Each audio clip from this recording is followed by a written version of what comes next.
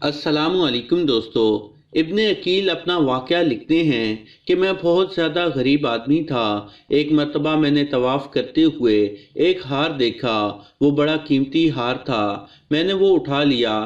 میرا دل چاہتا تھا کہ میں اسے چھپا لوں، لیکن ضمیر کہتا تھا ہرگز نہیں، یہ چوری ہے۔ بلکہ دیانتداری کا تقاضا تو یہ ہے کہ جس کا یہ ہار ہے میں اسے واپس کر دوں۔ چنانچہ میں نے مطاف میں کھڑے ہو کر اعلان کر دیا کہ اگر کسی کا ہار گم ہوا ہو تو آ کر مجھ سے لے لے۔ کہتے ہیں کہ ایک نابینا آدمی آیا اور کہنے لگا کہ یہ میرا ہار ہے اور یہ میرے تھیلے سے گرا ہے۔ میرے نفس نے مجھے مزید ملامت کی۔ ہار نابینا کا تھا، اگر چھپا لیتا تو کسی کو کیا پتہ چلتا، مگر میں نے وہ ہار اسے دے دیا۔ نابینا نے دعا دی اور چلا گیا۔ کہتے ہیں کہ میں دعا میں بھی مانگتا تھا کہ یا اللہ میرے لیے رزق کا کوئی بندوبست کر دے۔ اللہ کی شان دیکھیں، میں وہاں سے ہلہ آ گیا۔ یہ ایک بستی کا نام ہے۔ وہاں کی ایک مسجد میں گیا تو پتہ چلا کچھ دن پہلے اس مسجد کے امام صاحب فوت ہو گئے تھے۔ لوگوں نے مجھے کہا کہ نماز پڑھاؤ۔ جب میں نے نماز پڑھائی تو انہیں میرا نماز پڑھانا اچھا لگا اور کہنے لگے کہ تم یہاں کے امام کیوں نہیں بن جاتے۔ میں نے کہا ٹھیک ہے، اور میں نے اس مسجد میں امامت کے فرائض سر انجام دینا شروع کر دیے۔ کچھ دن بعد مجھے پتہ چلا کہ جو امام صاحب فوت ہو گئے تھے ان کی ایک جوان بیٹی ہے۔ وہ وصیت کر کے گئے تھے کہ کسی نیک بندے سے اس کا نکاح کر دینا۔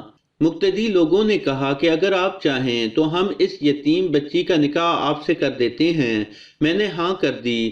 چنانچہ انہوں نے اس کے ساتھ میرا نکاح کر دیا۔ شادی کے کچھ عرصہ بعد جب میں نے اپنی بیوی کو دیکھا تو اس کے گلے میں وہی ہار تھا جو میں نے طواف کے دوران ایک نابینا آدمی کو لوٹایا تھا۔ اسے دیکھ کر میں حیران رہ گیا۔ میں نے اپنی بیوی سے پوچھا کہ یہ ہار کس کا ہے؟ اس نے کہا کہ یہ میرے ابو نے مجھے دیا تھا۔ میں نے پوچھا کہ آپ کے ابو کون تھے؟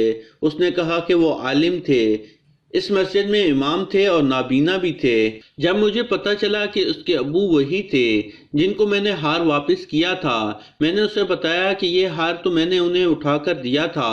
وہ کہنے لگی کہ آپ کی دعا بھی قبول ہو گئی اور میرے ابو کی دعا بھی قبول ہو گئی۔ میں نے کہا وہ کیسے؟ اس نے کہا کہ آپ کی دعا اس طرح سے قبول ہوئی کہ اللہ تعالیٰ نے آپ کو گھر بھی دیا، گھر والی بھی دی اور رزق بھی دیا۔ اور میرے ابو کی دعا اس طرح قبول ہوئی کہ جب وہ ہار لے کر واپس آئے تو دعا کیا کرتے تھے، اے اللہ ایسا ہی امین شخص میری بیٹی کے لیے خاوند کے طور پر عطا فرما۔ اللہ نے میرے والد کی دعا بھی قبول کر لی اور آپ کو میرا خاوند بنا دیا۔ تو مخلص بندے کا کام اللہ تعالیٰ کبھی رکنے نہیں دیتے، اٹکنے نہیں دیتے اور اس کی کشتی ہمیشہ کنارے لگا دیتے ہیں۔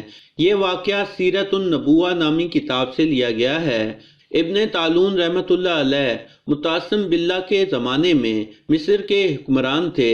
اس سے پہلے وہ معروف ترکی کے بادشاہ طولون کے پاس رہتے تھے اور طولون نے انہیں اپنا بیٹا بنا لیا تھا۔ اسی دوران یہ واقعہ پیش آیا کہ طالون نے انہیں کسی کام سے دارالعمارہ بھیجا۔ وہاں انہوں نے بادشاہ کی ایک کنیز کو محل کے خادم کے ساتھ بے حیائی میں مبتلا پایا۔ احمد بن طالون اپنے کام سے فارغ ہو کر بادشاہ کے پاس واپس پہنچے، لیکن اس قصے کا اس سے کوئی ذکر نہ کیا۔ دوسری طرف کنیز کو یقین ہو گیا کہ ابن طالون بادشاہ سے ضرور میری شکایت کریں گے، اس لیے اس نے یہ حرکت کی کہ طالون کے پاس جا کر احمد بن طالون کی شکایت کر دی کہ وہ ابھی میرے پاس آئے تھے اور مجھے بے حیائی پر آمادہ کرنا چاہتے تھے۔ کنیز نے شکایت اس انداز سے کی کہ بادشاہ اس سے بہت متاثر ہوا۔ اس نے فوراً احمد بن طالون کو بلوایا اور کنیز کی شکایت کا زبانی طور پر ان سے ذکر کیا، البتہ ایک مہر شدہ خط ان کے حوالے کیا اور حکم دیا کہ یہ خط فلاں امیر کے پاس پہنچا دو۔ خط میں لکھا تھا کہ یہ جو شخص یہ خط تمہارے پاس لا رہا ہے اسے فوراً گرفتار کروا کر قتل کر دو اور اس کا سر میرے پاس بھیج دو۔ احمد بن طالون کو ذرا سا وہم بھی نہیں تھا کہ ان کے خلاف سازش ہو چکی ہے۔ وہ خط لے کر روانہ ہوئے۔ راستے میں اسی کنیز سے ملاقات ہو گئی۔